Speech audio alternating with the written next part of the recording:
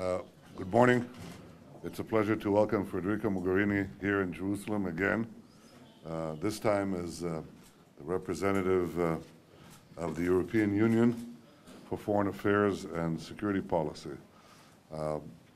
We have a lot to discuss on foreign affairs and security since we are standing in the midst of pivotal events. I think the most important one before us is the possibility that Iran might become a threshold nuclear state. That would be a big mistake if Iran is left with residual capacity to enrich uranium for a nuclear bomb. Ultimately, this will destabilize the world, not just our region, not just pose a direct threat at Israel, whom Iran spells out for eradication, but also, I think, for all the Middle East and well beyond the Middle East. I think this is something that should be prevented. Iran's economy is susceptible to sanctions. It should be held to rigorous standards. And I believe that making a bad deal, I think, would endanger the entire world.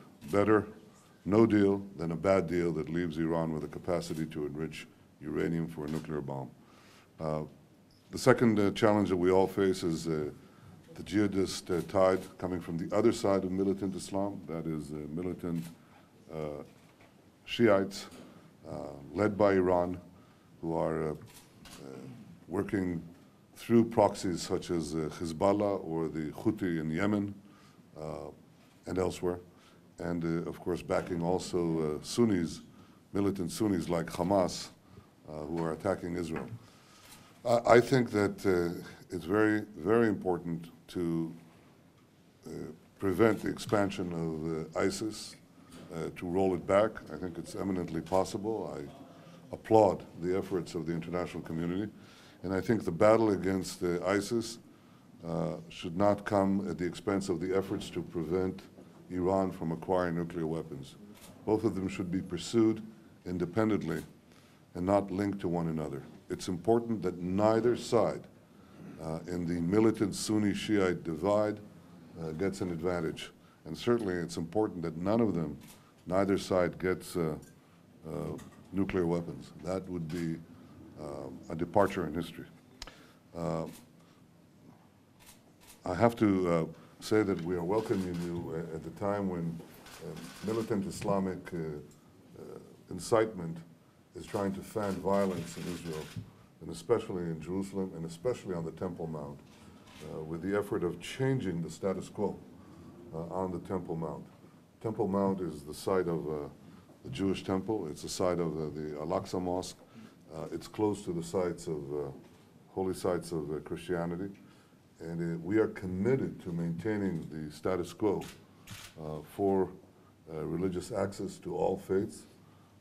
We rigorously maintain that, and we are faced with a consistent campaign of vilification and slander that presents Israel as seeking to undermine the mosque, to change the procedures that are there. This is absolutely not our policy. We stand behind the status quo arrangements that have been there for many years. We will not allow them to be changed, either by action or by legislation. We've been very clear about that. At the same time, we've watched with growing concern the fact that Islamist parties, including the Muslim Brotherhood, including Hamas, including Abu Mazen, the chairman of the Palestinian Authority, have joined in a campaign of inflammation calling for any action, including violent action, to stop Jews from exercising their right to merely enter the Mount. This is an arrangement that has been there for many decades since the Six-Day War. We stand by the rights of Jews to go to the Mount. They pray in the Western Wall, but they do have a right to go there. We stand by the right of Muslims to go to the Mount and pray in the Al-Aqsa Mosque. They've been doing that for many, many decades and will continue to do that. But we reject all this incitement to violence, and we will do everything we can to restore calm and order. Yesterday I spoke to King Abdullah of Jordan. And we both agree that we should work together to restore calm and to reject violence and incitement. And I think that's important. Jerusalem is a very sensitive issue. We treat it with the sensitivity, but it's also our capital. And as such, it is not a settlement.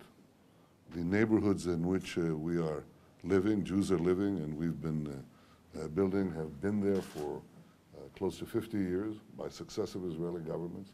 Everybody knows that in any peace arrangement, they will remain part of Israel. And equally, I think that the bogus claim that this conflict persists again and again and again because of this or that settlement is false. Because I believe that the issue is not about territory, it's about our existence. It's about the failure to recognize Israel in any boundary, in any border, in any configuration.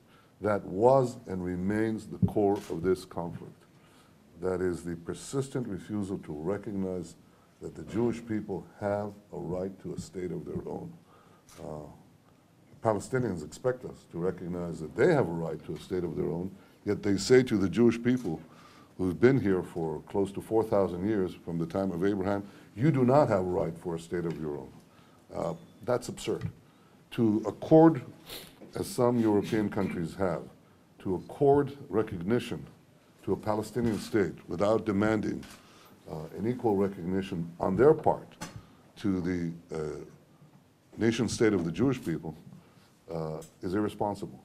To give recognition to a Palestinian state that doesn't either recognize the Jewish state or agrees to security arrangements that are necessary for its security and survival is irresponsible. And I hope that a more balanced and more responsible arrangement pursues. Israel is often vilified, Israel is often slandered, but we stand proud of our state, of our desire to have peace with our neighbors, any neighbor that wants a genuine peace, of our willingness to negotiate such a peace, of our policies keeping the status quo on the Temple Mount in Jerusalem, and of our firm determination to resist all violence and incitement. These are the elements of a genuine policy in the Middle East as it really is. Not as we'd like to imagine it, but as it really is. And what we need now is a partnership between all the moderate forces in the Middle East to join in retrieving peace, security, and tranquility. I think that is something that everybody expects from us, and certainly Israel is willing to engage in that effort. And I hope I can discuss with you how we can expand the supporters of that effort to Europe and well beyond Europe. So I look forward to our discussion. Welcome. Thank you, Prime Minister. It's a pleasure for me to start from here. It's my first trip outside of the European Union, and there's a reason for that. Not only friendship that is there between Israel and the European Union, but also the fact that the new European leadership, the new Commission, has started this mandate, this 5 years mandate, with the slogan of a new start. And it would be good to have a new start also in this part of our region. And so my message here is count on the European Union to build this new start. We have threats and challenges, more threats than challenges in the region. It's not only your threats and challenges, it's also European interests to have stability and security and peace in this part of the region. And we are convinced that the European Union can have a major role in supporting a solution. It is true that never as now the situation has been more dangerous in this area. But this could also bring some opportunities in terms of regional framework. And I believe that the European Union is ready to support efforts in this direction. It would be good if we all managed to lower tensions, verbal and on the ground. What is happening and what has happened here in Jerusalem in the last week is extremely worrying. It is also worrying that after the ceasefire was reached in Cairo in August. We are still having difficulties in advancing with the direct talks. We would encourage, the European Union would always encourage direct talks, not unilateral steps on both sides, to find the solution of the two states. Israel living in full security, not only solving the Palestinian issue, but also with the Arab neighbors. And we believe there is a potential there to explore in this month. And the Palestinians having a state, a proper state. Any step that goes in that direction will have the full support of the European Union in concrete terms, not taking one side, but helping the process and supporting the process. Security and peace for all in this region is crucial for the European interests, not only for our values that are shared.